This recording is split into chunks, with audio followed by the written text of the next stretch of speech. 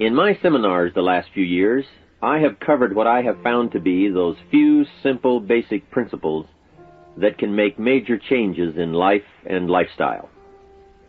One of those subjects that gets the most comment is diseases of attitude. And out of that subject, worry and how to kick the worry habit have caused the most questions. So in this brief visit with you, let me give you my best look at worry, how to recognize it and define it, and what to do about it. And hopefully, these ideas will give you a good chance for confidence over worry. First of all, worry might well be killer number one. And if it is not the number one physical killer, although doctors tell us worriers die sooner than non-worriers, and we have all heard the expression, worry yourself to death, at least it is the number one killer of dreams and achievement, of energy and vitality and lifestyle. I know the damage and effect of this killer, worry, firsthand. I will spare you the details, but over a period of some 3 years, I let worry get out of hand. As I've mentioned before, I became a super worrier. I was good at it. The combination of small and big worries about my circumstances, what people thought of me, my finances, my abilities, the future, my progress, all led to a complete physical collapse, a stay in the hospital, emotional, mental, and physical exhaustion, and a deep despair I couldn't shake. A sad picture for a young man who should have been well on his way to carving out his share of opportunity.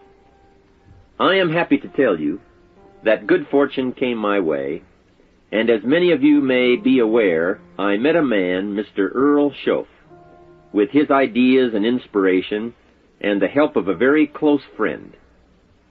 I worked my way past the minefields of worry and disaster and out into the clear air of mental sunshine. And if I did it, anybody can do it. I'm not saying it's easy. It took me almost a full year to kick the worry habit. It took practice and much effort, but it was well worth it. Remember, don't ask for the task to be easy, just ask for it to be worth it. Don't wish it was easier, wish you were better. Don't ask for less challenge, ask for more skills.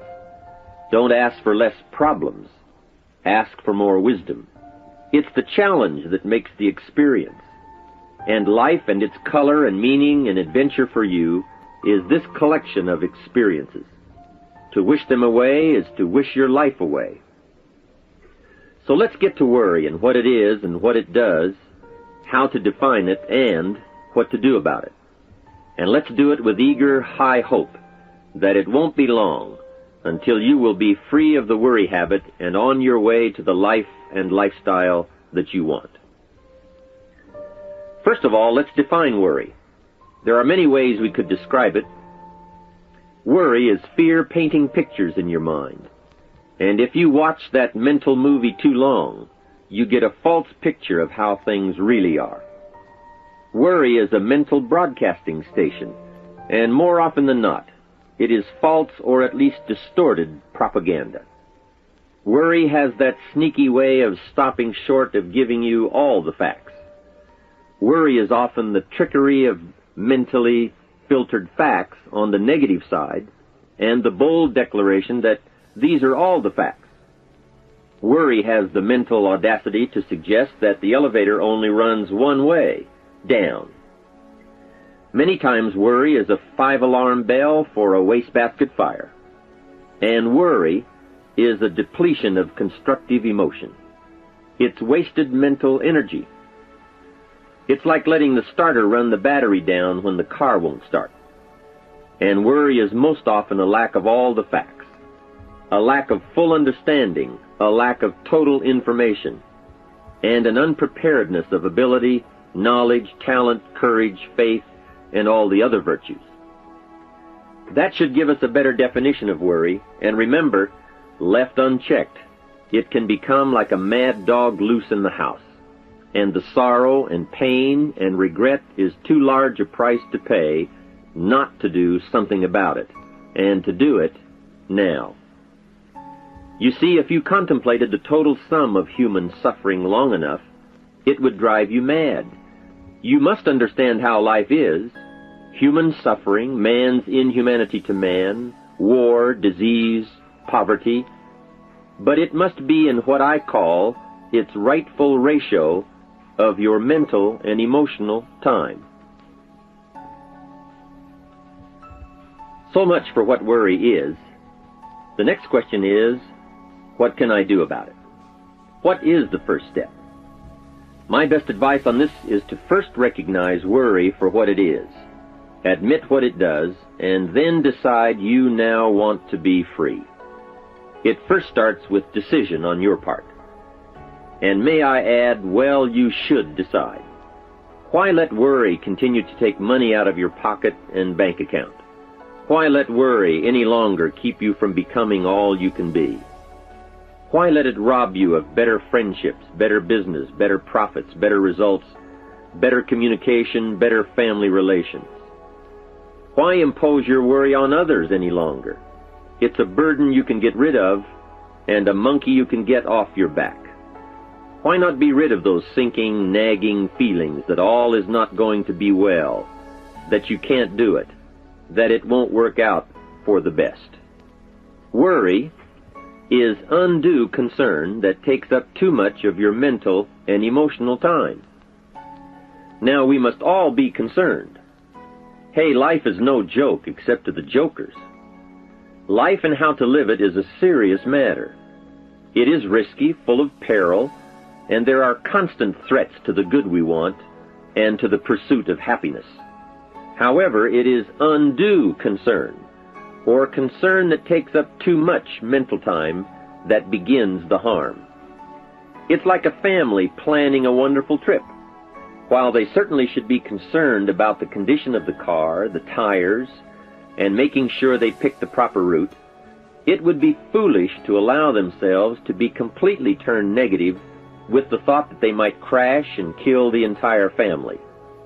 If that were the case, even if they went, the entire trip would be turned into one nightmare of fear with the specter of chaos looming around every curve, rather than enjoying the wonderful trip they had planned for themselves and their family.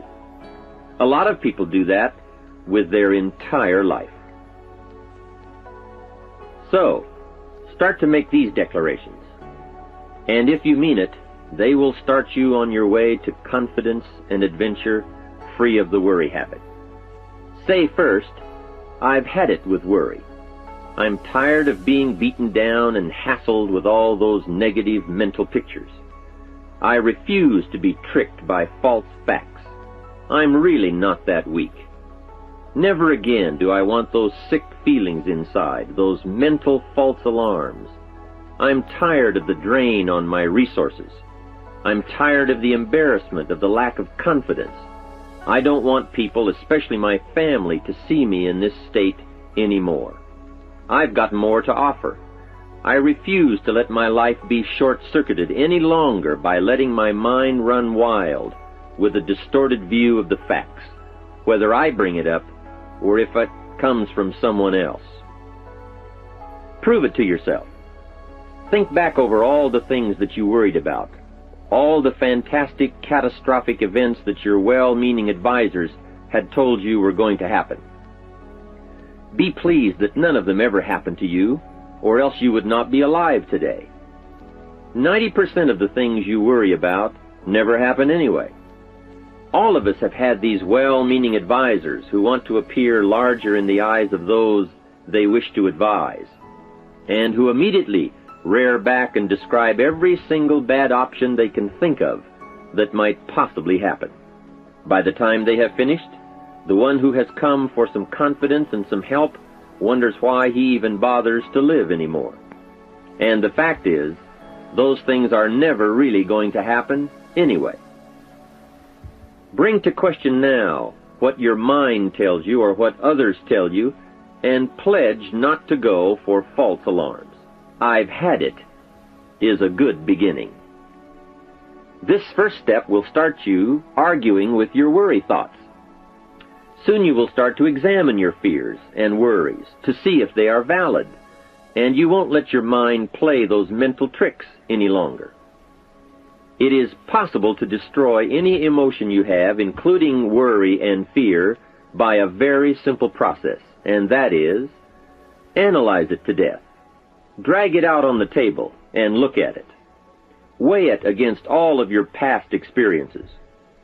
Make sure this one can stand against all the past facts you have. You will now start to use worry instead of letting worry use you. It's a beginning, being in control instead of out of control. You will now let concern and the first signs of worry prompt you to learn, ask questions, and look at all sides in order to evaluate true, positive, constructive action. Now you can say, I will let fear advise me of the facts, but I won't let fear tell me these are all the facts. Nor will I let fear determine my reaction to the facts. I will gladly take up the war of faith over doubt, reason over fear, and positive expectation over worry. So talk to yourself right now into a change of attitude. Be persuasive. Go all out. Show yourself the hell if you don't, and the good life of answers and progress if you do. Say to yourself, what a fantastic feeling it must be to stop the panic drain on my mental energy, emotion, and physical strength. Imagine putting all that saved energy and emotion and strength into my action plans for the good life. Hey, accept the challenge. Believe your beliefs, doubt your doubts, stay on the campaign to give worry a bad time. Like being your own conscientious judge, say, I've had it with the presentation of a one-sided story. I sustain the objection that worry has failed to bring out all the facts. I despise these mental courtroom maneuvers that try to belittle my client, me.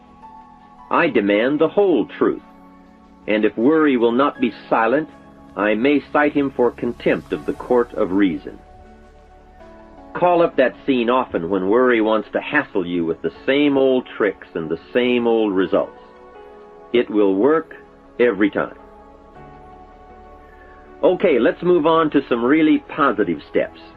If you can survive all that has happened to you up to this moment in your life, in spite of doing and thinking many of the wrong things, imagine how you can succeed by now starting to do some of the right things.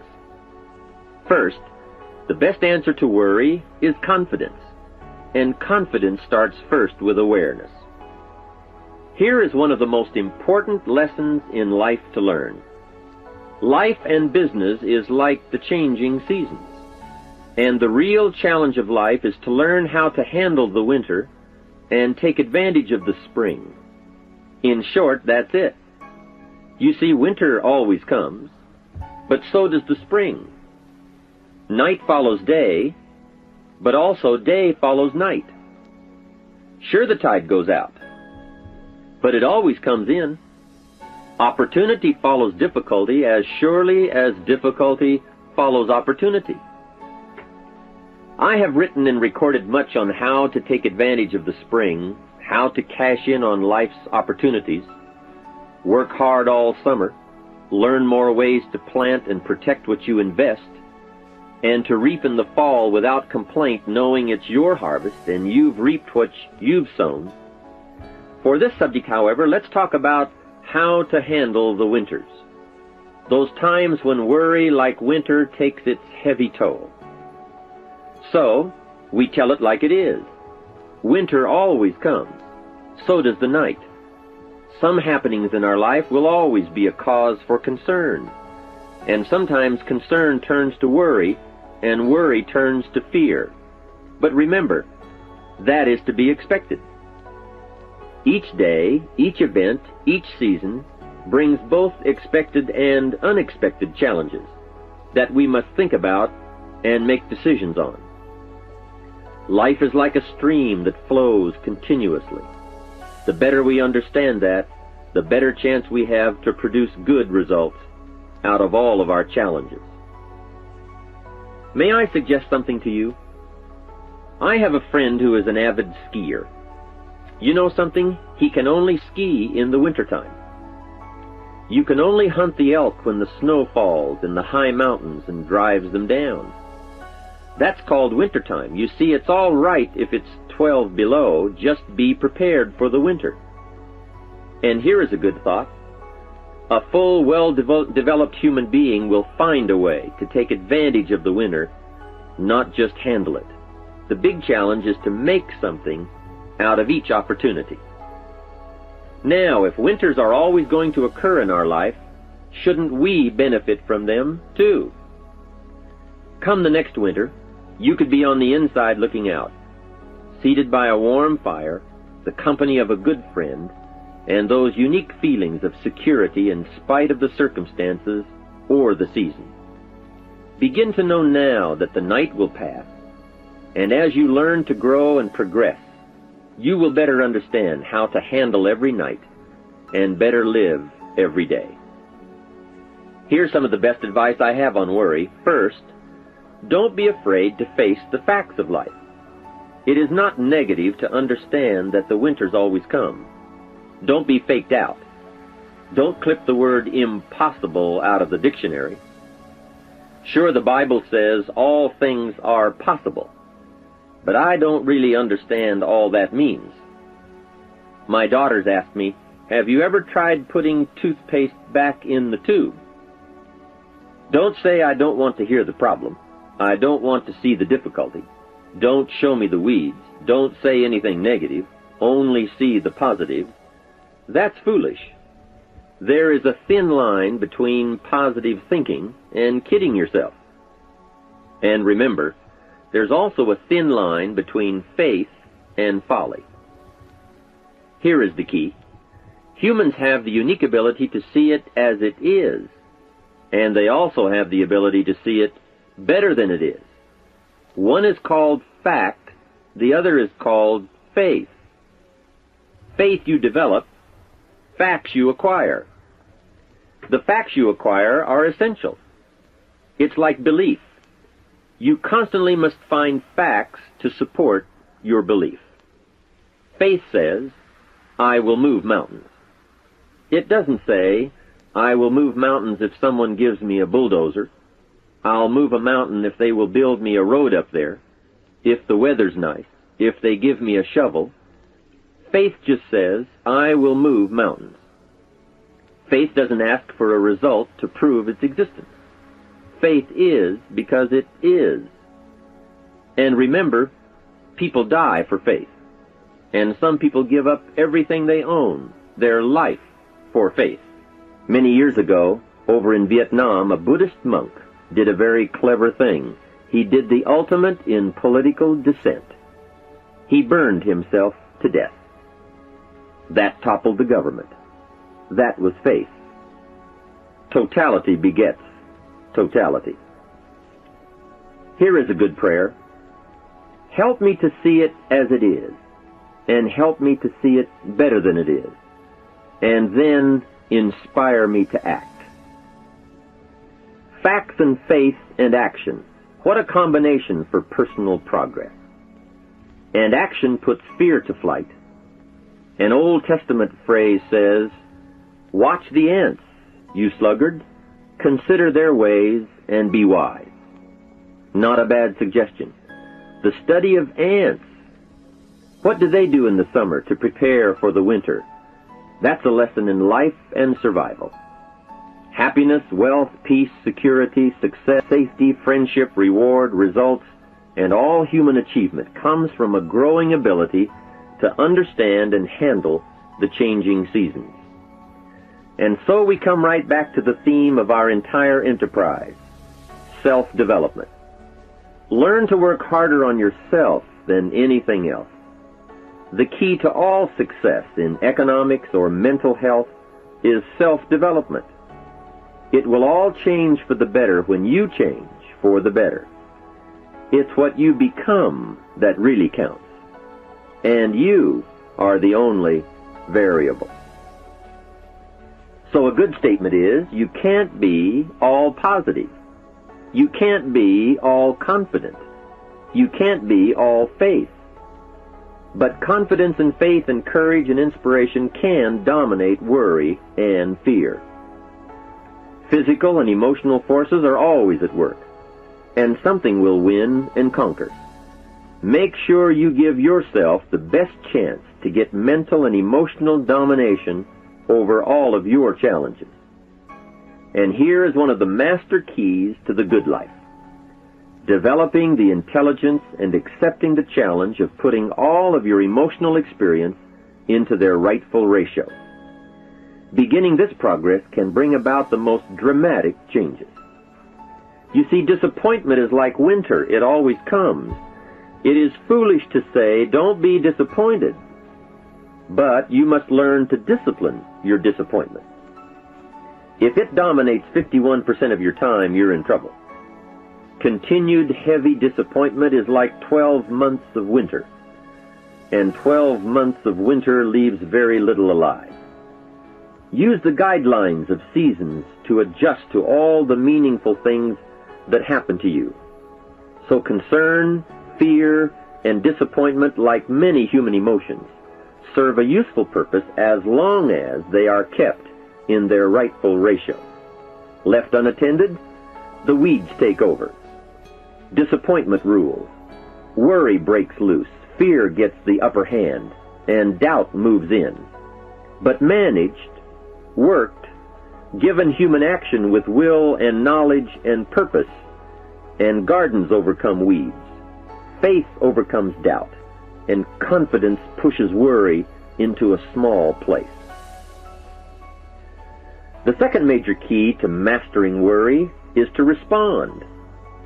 Build up inside of you that heavy desire to be free, to get on with building your life and lifestyle. Too much is waiting to delay. Take a new look at your opportunities. Figure out new ways to seize them immediately and make them work for you. And here is a key. Bring a new dedication that you will master yourself with enough discipline to be more than qualified to do the present job and prepare yourself for the next move up. Expose yourself to every stimulation possible that will put all this in perspective. Now let's move on to a very important point, and that is, the best answer to worry is confidence. First, self-confidence. I can better handle next winter. I have a strong shelter. It is stocked with supplies. I now know how to take advantage of the spring. I'm going to plant better crops and bigger crops. I can last through the summer. I won't quit this time. I'll study weeds and how to get rid of them. I'll be less frightened of the changing weather and the quick storms. In the fall, I will exercise more care and reap what I have without complaint and blame nothing for the amount of my harvest. I'll learn to save a fair portion so that I can survive the bad seasons when, out of control, the hailstorm comes and it all goes wrong. Now we must consider this. The most fatal deterrent to self-confidence is guilt. Not doing all you know how to do to the full extent of your present ability weakens the foundation for confidence. The biggest part of worry comes from the lack of this personal confidence. And lack of confidence comes from two major things. First, no goals or plans. And second, no daily discipline to achieve. The inaction to cure or handle small tasks is what starts the guilt process. And that always tends to make you look at what's wrong and expect the worst. So listen to the voices of creative experience. Let nature, experience, wisdom, books, everything speak to you and teach you. Remember, both opportunity and challenge await action. Everything yields to diligence. It's not what you can do, it's what you will do that counts. And undeveloped ability comes from three problems. First, lack of inspiration to find out. Second, lack of reasons to learn. And third, lack of applied time and action for developing those abilities. Remember, humans are remarkable, a marvelously functioning entity. Imagine how uniquely your body and mind have survived and managed to function in spite of all the worry. Humans don't die easy. They die hard. Develop a plan for your life rather than aimlessly drifting through it, the victim of circumstance. Create your own environment and learn to control it. You control your own mental environment by developing yourself. So go on a crash program to clean up decisions, get things done, get other things set up and started and organized. Start doing all the things that would make you feel better: exercise, diet, reading more books. Open a floodgate of positive moves in the right direction. And be thankful. Add up what you do have. Make an actual as well as a conscious mental list of all you possess, tangible as well as intangible. In view of the 4 billion other inhabitants of the world, yours is probably an incredible list. That list, and being thankful, should then lead to the big step of discipline. The discipline to sit up and listen, the discipline to pay attention, the discipline to give people and kids the gift of your attention, the discipline to be alert, take care of yourself, rest, eat properly, the discipline to talk well and practice good manners. Courtesy is contagious. Take one day and see what a variety of positive steps you can take and projects you can take on. At the end of the day, go over it. Write out the positive steps, the progress on projects, the rest, the exercise, the meals, the hobbies, calls, records, conversations, and letters. And speaking of calls and letters, write at least one encouraging letter or thank you note, and make at least one encouraging phone call or thank you call every week. Then have a friend help you, as one helped me, to get all the facts and prepare for action. From such a friendship, the greatest gift you can draw is the truth. To one of my dearest friends I said just the other day, as my friend, do me the one best thing you can do for me, and that is, tell me the truth. From there I can grow. I can start making wise decisions. We all admire poise, confidence, awareness, courtesy, good manners, courage, health, kindness, attention, beauty, speech, expression, and unhurried intensity, and talent at work. This can be your life. Say with me today, today I will draw on all I've learned and practiced, from curiosity to confidence, and I will utilize it all to meet the experiences and challenges that may come my way or that I may seek out. And if all I know and do does not meet or match some unforeseen challenge or experience, I will keep careful notes and take them to my private conference table and try to figure them out and learn and grow. Mixed in my curiosity is thanks that I'm alive and able to see and feel and learn and handle and enjoy being human and being alive, and having been given a chance to turn challenge into experience.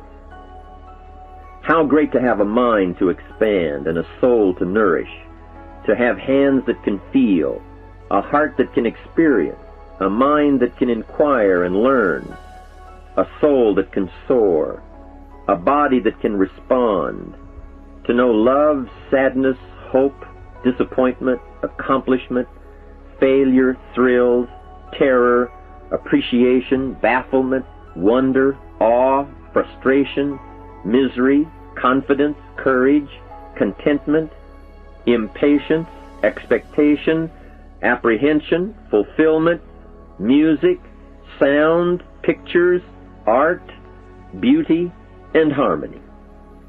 To have all this happen to one is one thing. To know it is all happening is much more. I wish for you that you might develop a growing awareness of the world around you and your possibilities in it. Develop a sense of history and destiny, and be grateful for the opportunity that you have to participate in that grand endeavor. To sum it all up, first understand what worry is. You now know that it can be beneficial and destructive, depending on your awareness. Next, resolve to be free of the habit. That job is up to you, to work on yourself, to get the right attitude. Next, start the daily action of first cleaning up all your current situations. Remember, little achievements lead to confidence that conquers guilt. Then buy up every challenge to reach your goal. You can now handle it, the winter, the spring, the harvest. Bring a new zeal to every problem, to every fear, to every opportunity. The inspiration from it all, and the immediate and future progress that will someday give you a view from the top of your goals, your adventure, and your achievements. In conclusion, let me give you one piece of poetry that sums up what a life of adventure should be like, and how you should feel. You are now a seasoned warrior. You bear the scars of honorable battle. And here is where you stand today. The familiar words of William Henley: "Out of the darkness that covers me, black as the pit from pole to pole, I thank whatever gods may be for my unconquerable soul. In the fell clutch of circumstance I have not winced nor cried aloud. Under the bludgeonings of chance my head is bloody but unbowed. It matters not how strait the gate, nor charged to punishments the scroll. I am the captain of my fate, I am the master of my soul." From all of my staff, and from myself personally, I want to thank you for listening. Let's do something remarkable.